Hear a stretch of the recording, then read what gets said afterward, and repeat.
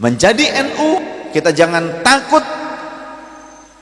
dianggap tersesat, kita jangan takut dianggap tidak berdalil atas setiap amaliyah kita. Kita punya dalil yang kuat, kita punya konsekuensi sebagai seorang Ahlus Sunnah wal Jamaah ada Nahdlatul Ulama. Kita bangga menjadi NU karena pusatnya ilmu, salah satu pusatnya ilmu di Nahdlatul Ulama.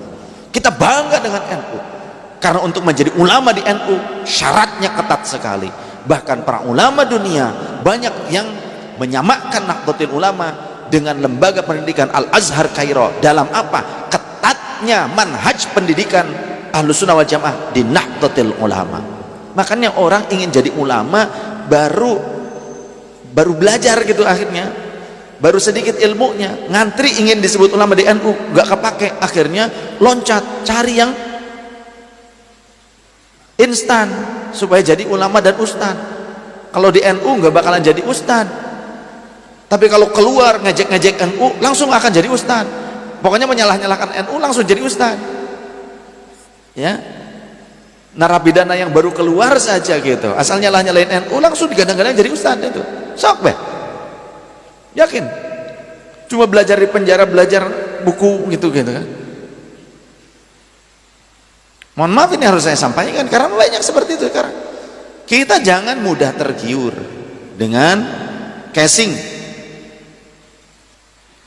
Kadang juga saya dengarkan orang-orang yang dibesar-besarkan supaya umat itu menjadi merujuk kepada mereka. Ternyata mereka itu banyak yang juga dalam bahasa pembacaan Quran saja, dalam membaca Al-Quran saja belum benar makharijul hurufnya, belum paham sifatul huruf, belum paham, apalagi tentang ulumul Quran.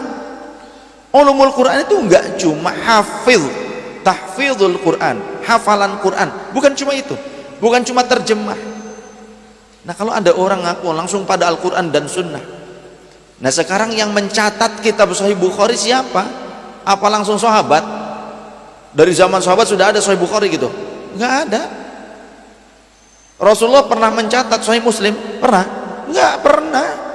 Ada sahabat yang pernah membukukan Sunan At-Tirmidzi begitu? Ya bukan. Ini ulama semua yang membukukan, yang ulama. Ilmu mustalahatul ahadits, ilmu mustalahatul ahadits itu baru ada tahun 340-an Hijriyah. Levelnya sudah ulama kholaf, bukan salaf lagi.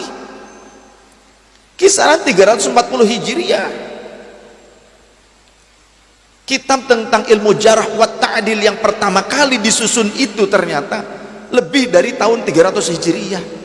Setelah 300 Hijriyah.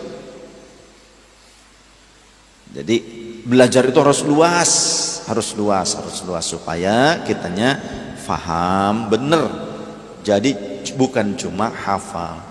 Ulumul Quran tuh macem-macem. Gak cuma hafalan mah nomor kesekian dalam ilmu Quran.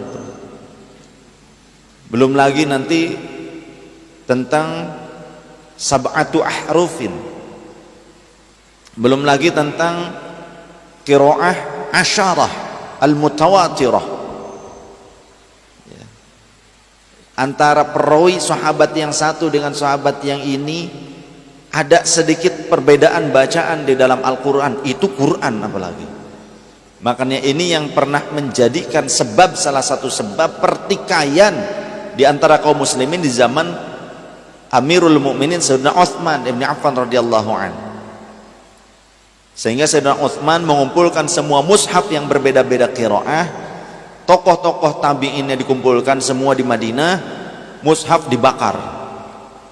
Semua mushaf dibakar pada saat itu kecuali satu mushaf yang disimpan oleh Sayyidah Asma binti Abi Bakar Siddiq radhiyallahu anhuma, adik dari Sayyidah Aisyah radhiyallahu anha, yang mana Quran pertama kali dikodifikasi, Quran yang pertama kali disusun dalam satu bundel pada masa Khalifah Abu Bakar Siddiq radhiyallahu an oleh tim kodifikasi Al-Quran dipimpin oleh sahabat Zaid bin Thabit, seorang sahabat yang muda tapi alim. Jadi zaman Rasul juga ada sahabat bahkan sekelas sahabat Abu Bakar Siddiq, sahabat Umar, dan beberapa tokoh sahabat yang sepuh lainnya mengakui orang muda yang sudah alim sejak zaman Rasul juga sudah ada.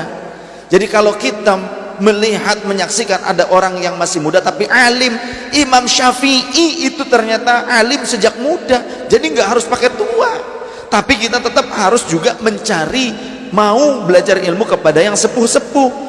Tapi kita tidak boleh mengingkari keberadaan orang-orang muda yang alim, karena memang sejak kecil mereka belajar sejak kecil dari keluarganya, dari lingkungan orang-orang alim, dan diberikan anugerah oleh Allah hikmah ilmu yang mudah diserap. Imam Asy-Syafi'i itu umur 14 tahun sudah ngarang kitab, sudah ngajar para ulama. Umur 14 tahun ulama yang lain mengakui kealiman Imam Syafi'i. Banyak yang minta fatwa ke Imam Syafi'i ketika Imam Syafi'i umur 14 tahun. Banyak yang nanya, orang ulama saja nanya ke Imam Syafi'i pada saat itu. 4 tahun hafal Quran.